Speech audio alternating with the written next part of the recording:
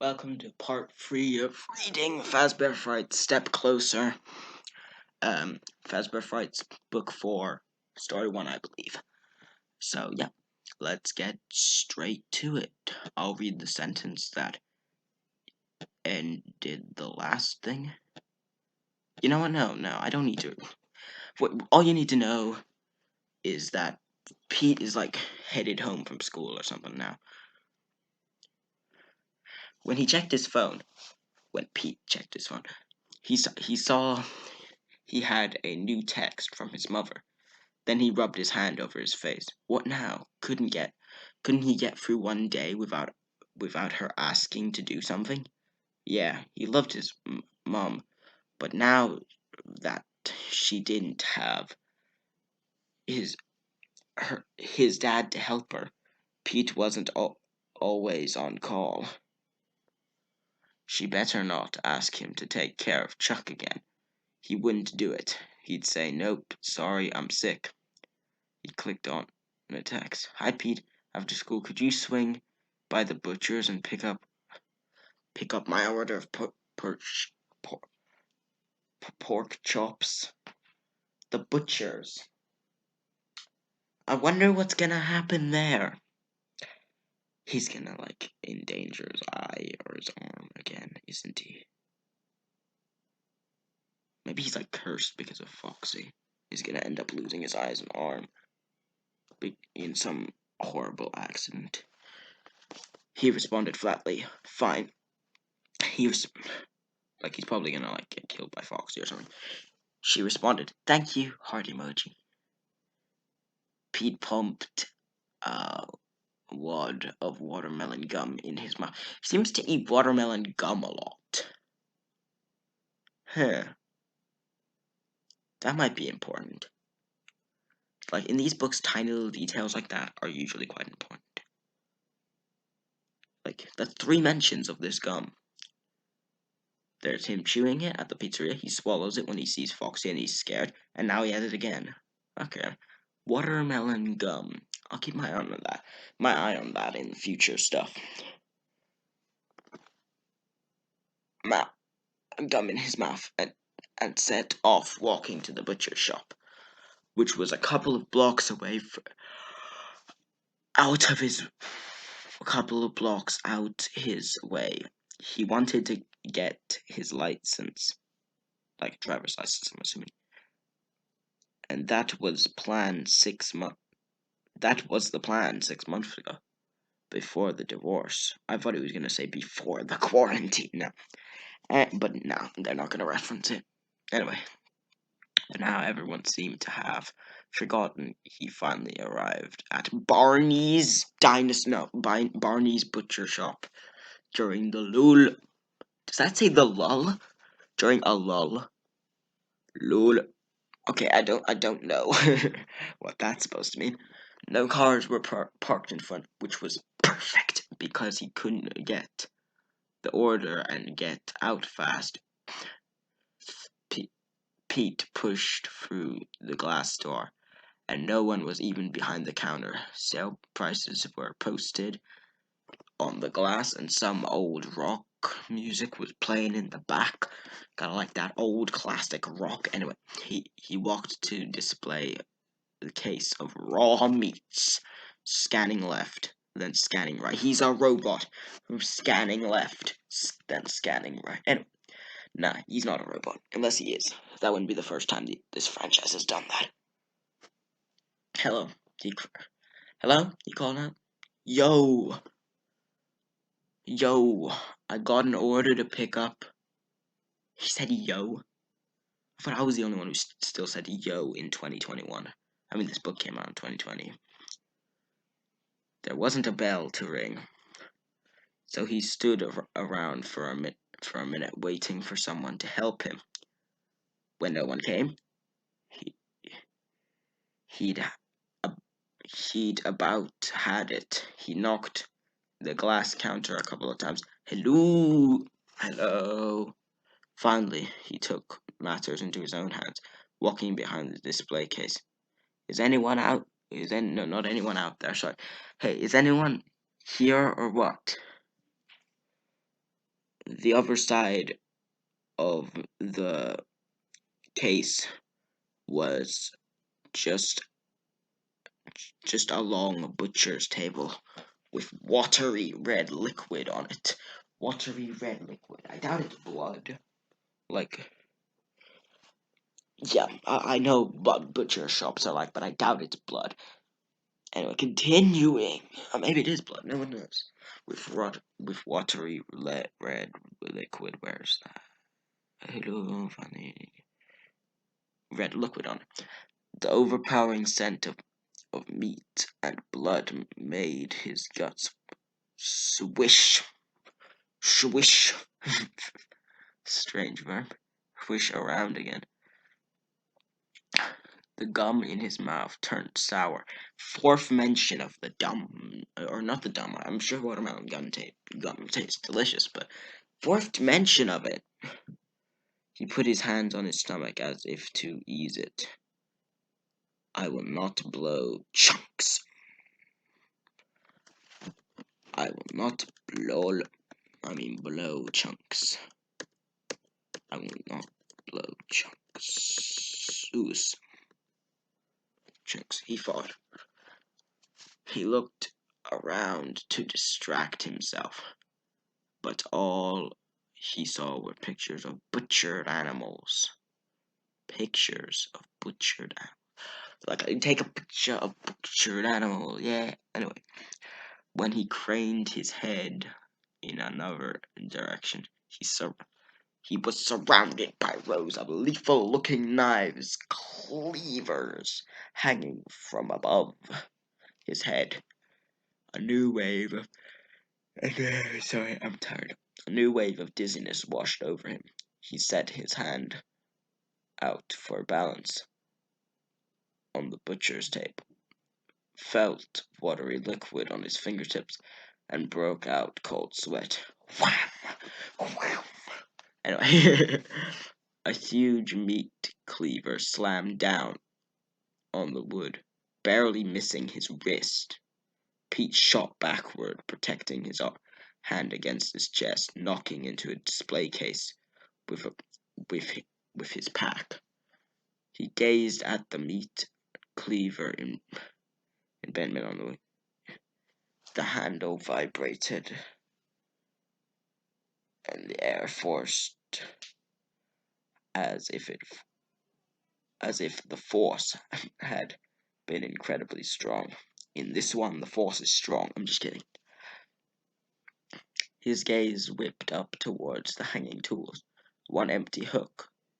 Hook. Hook. Foxy has a hook.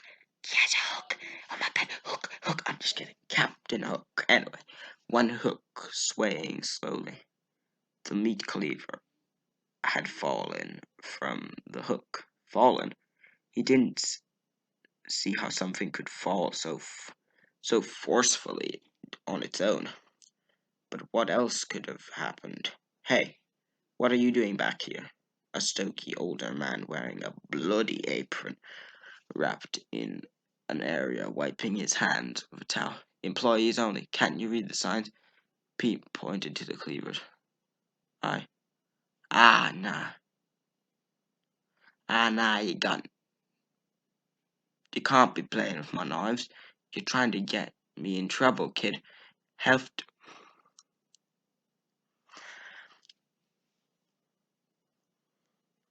You're trying to get me in trouble, kid? Health department will have my license.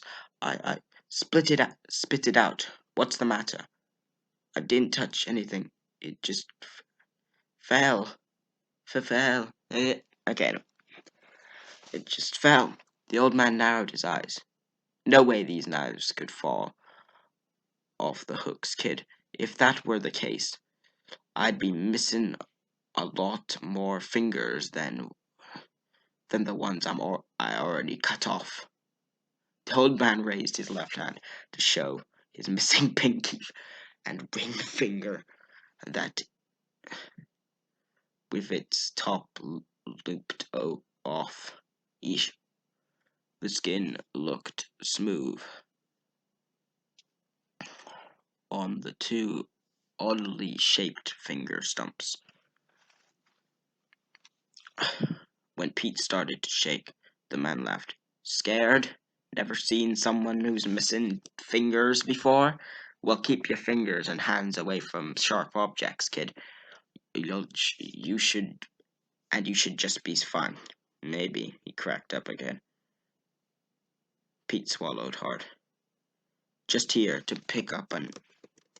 Sorry, this changing pages. This sometimes takes a long time. I'm reading this on digital. Order for Dinglewood. Order for Dinglewood. The butcher waved his hand towards the back room. Yeah, got that in the fridge, chops. Right, I'll be right with you. Pete whimpered open the front door of his house. Yeah, I think the stars in these books are supposed to resemble when the pages change. Or like when time frame skips. Anyway. It's out. The door is out. As I soon stormed through. I tossed his pack on the floor and strode to the kitchen, where he opened the fridge and threw the chops and grabbed a soda. He shut the door with a hip and chugged the whole can. He jugged it. Anyway, the cola soothed in his throat.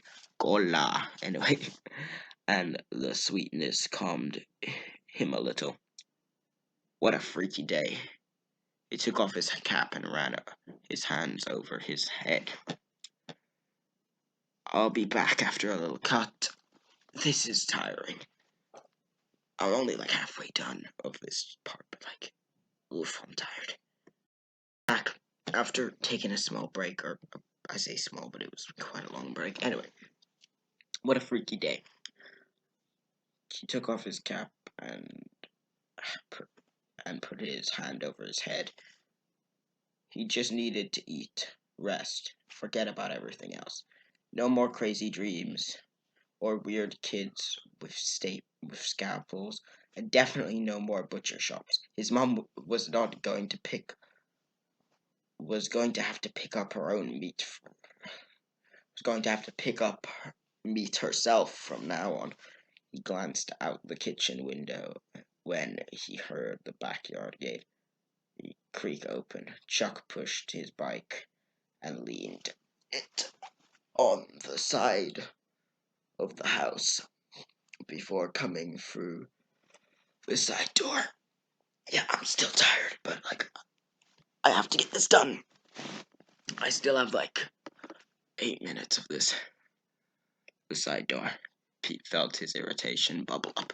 You crazy? Are you crazy? He asked Chuck.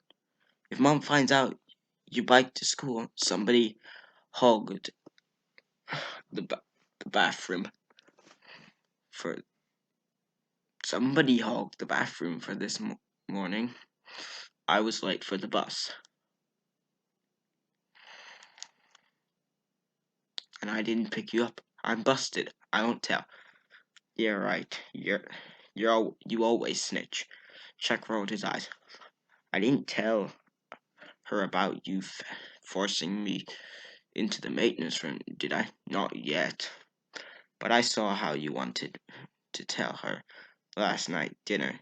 You thought you were real funny. Chuck held his hands in exasperation. Well, I didn't. Hold it. How well do you hear me, guys? I was wearing headphones a moment ago. So I hope that didn't affect the video. So the point is, oh yeah, I should. Chuck held. Well, I didn't. That has to count for something. Pete shrugged. Still, you can't be trusted. Fine, I should tell her to get you busted. How about that? How about that? See? You are a snitch. Pete wiped open the front door to his house and slammed it shut. He'd stormed through the Yeah, he tossed his backpack floor and strode through the kitchen. When he opened the fridge, he threw the pork chops and grabbed a soda. He shut the door and a can of cola. The cola soothed his. This is the same thing, isn't it? Okay, so I'll just jump over with that. Uh, um, well, I didn't. That has to count for something, Pete. You still can't be trusted. Blah blah blah. See, you are. Shut up. You are. You shut up, you little twerp. Chuck gave in. Whatever, jerkwad. Fuckwad, and then there's jerkwad. Anyway, he muttered.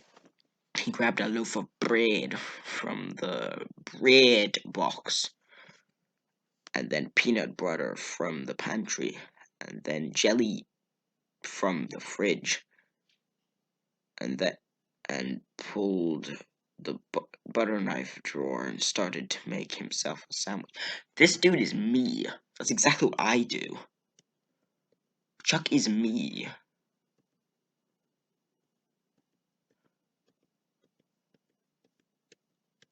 Chuck is literally me.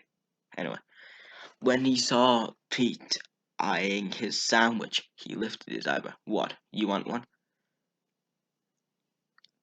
Pete hesitated. I don't know. We'll make your own. Pete held his hand to his stomach, debating if he could handle it. You still sick or something? Chuck wanted to know. He shrugged. Just an off day. Why? What happened? Pete snapped. Don't worry about it. None of your business. No freaking way would he tell anyone else about the embarrassing bio class or the flying cleavers. But sorry, not his twerp brother who could run and tell mom and freak her out. Fine, Chuck finished, making his sandwich and slid across the counter toward Pete. A peace offering. He's given a peace offering. Pete lifted his eyebrows in surprise at Chuck's big making. You know, Mum filled out the organ papers for us, Chuck said, like it was a casual conversation. Pete's jaws dropped. What? Why? Chuck nodded, flashing his braces, looking almost pleased. She said you'd come around to the idea eventually, but I told her not to. Since when did Mum ever listen to what we want? Chuck took a bite of his sandwich and kept talking, with his mouth full. It's not a big deal. Anyway, you're dead. You're dead when they take your organs. Your life or soul or whatever is gone. What do I care? Why do you even care so much? Pete didn't even know where to start.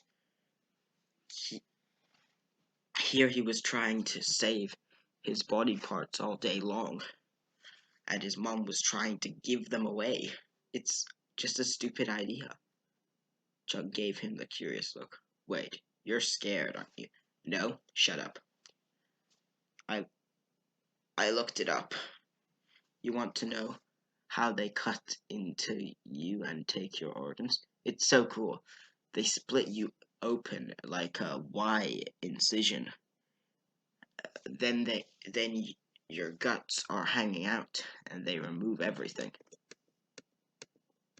Lovely.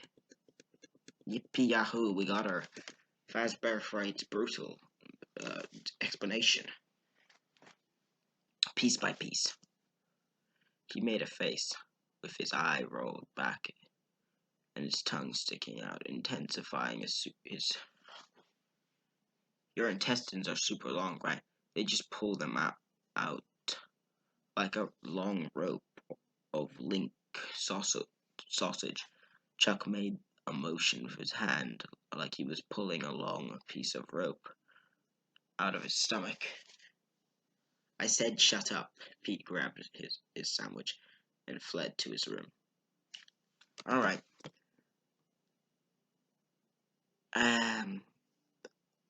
That's a good place to stop. I don't know how many parts I'm gonna do of this series.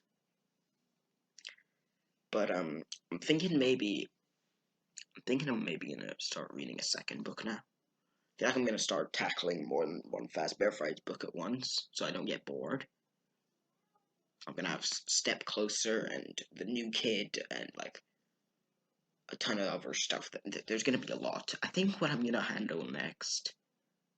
I've heard Coming Home is interesting. And so is The New Kid. The two ones I just mentioned. Yes, I'm thinking one of those two. I might put like a vote or something on my channel, like a discussion thing. So yeah, so if you want to do that, you can vote, and I'll see which one wins because I'm equally into either one. Well, that's all for this time. We'll see you later. Goodbye.